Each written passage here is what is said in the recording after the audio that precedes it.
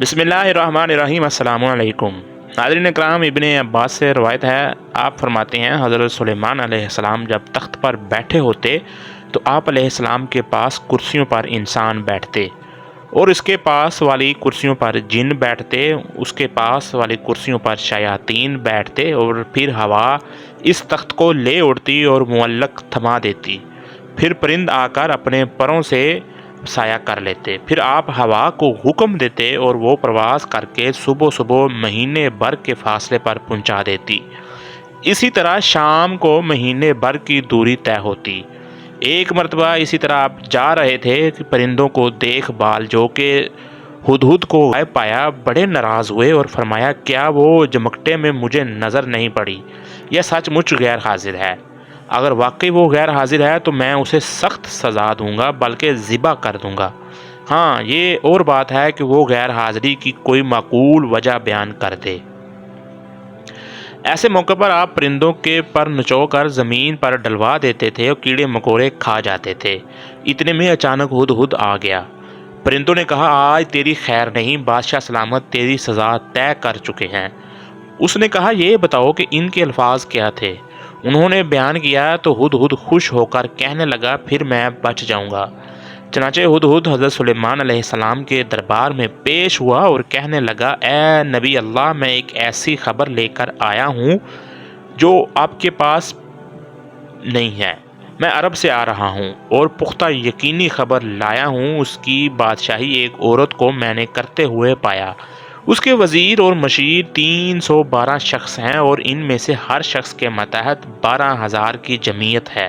اس کی زمین کا نام مداب ہے، یہ صفا سے 3 میل کے فاصلے پر ہے۔ دنیاوی ہر قسم کی ضرورت اسے مہیا ہے۔ اس کے نہایت ہی شاندار قسم کا تخت ہے جس پر وہ جلوس کرتی ہے، سونے سے ٹنڈا ہوا ہے اور یہ 80 ہاتھ اونچا اور 40 ہاتھ چوڑا ہے، اور 600 عورتیں ہر وقت کی خدمت میں کمر بستہ رہتی ہیں۔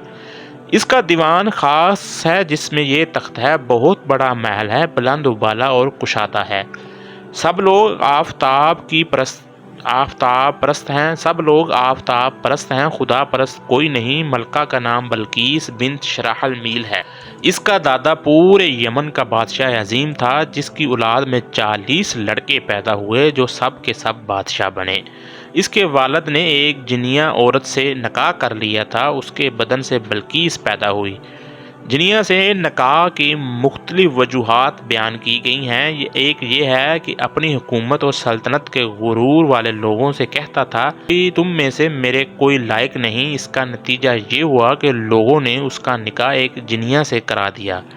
سلیمان علیہ السلام ہدہد کا ملکہ بلقیس سبا اور اس کی قوم کے متعلق بیان سن کر کہنے لگے، مجھے یہ معلوم کرنا ہوگا تو سچ کہہ رہا ہے یا جھوٹ بول رہا ہے۔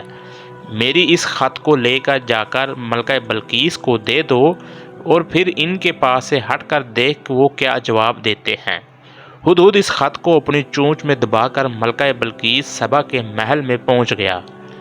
ملکہ اس وقت خلوت خانے میں تھی۔ ہدہد نے نہایت خاموشی اور احتیاط کے ساتھ خط اس کے سامنے اس طرح ڈالا کہ وہ جان نہ پائی کہ ہدہد کہاں سے آیا ہے اور کون لایا ہے۔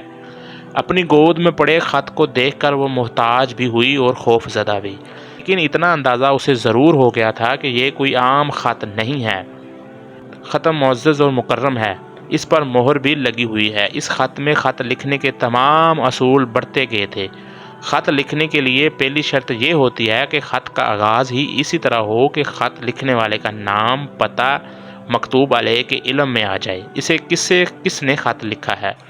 اہم بات یہ کہ خط کا آغاز اللہ تعالیٰ کے پاک و بابرکت نام سے کیا جائے۔ کہا جاتا ہے حضرت سلیمان علیہ السلام سے پہلے کسی نے خط میں بسم اللہ الرحمن الرحیم نہیں لکھی۔ حضرت ابو ہریرہ سے روایت ہے کہ ایک مرتبہ میں آپ صلی اللہ علیہ وآلہ وسلم کے ہمراہ جا رہا تھا۔ آپ صلی اللہ علیہ وآلہ وسلم نے فرمایا، میں ایک ایسی آیت جانتا ہوں جو مجھ سے پہلے سلیمان علیہ السلام، داؤد علیہ السلام کے بعد نبی پر نہیں اتری۔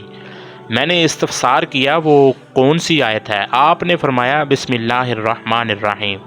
ختم مختصر لیکن بلیغ انداز میں تحریر کیا گیا تھا۔ خط سے شاہانہ انداز ہی نہیں، پیغمبرانہ شان بھی ظاہر ہوتی تھی۔ بسم اللہ سے ابتدا اس امر کی طرف اشارہ تھا کہ سرکشی چھوڑ کر ایک اللہ کی عبادت کرو۔ یہ کسی بادشاہ کا ہی نہیں بلکہ پیغمبر کا دعوت نامہ ہے۔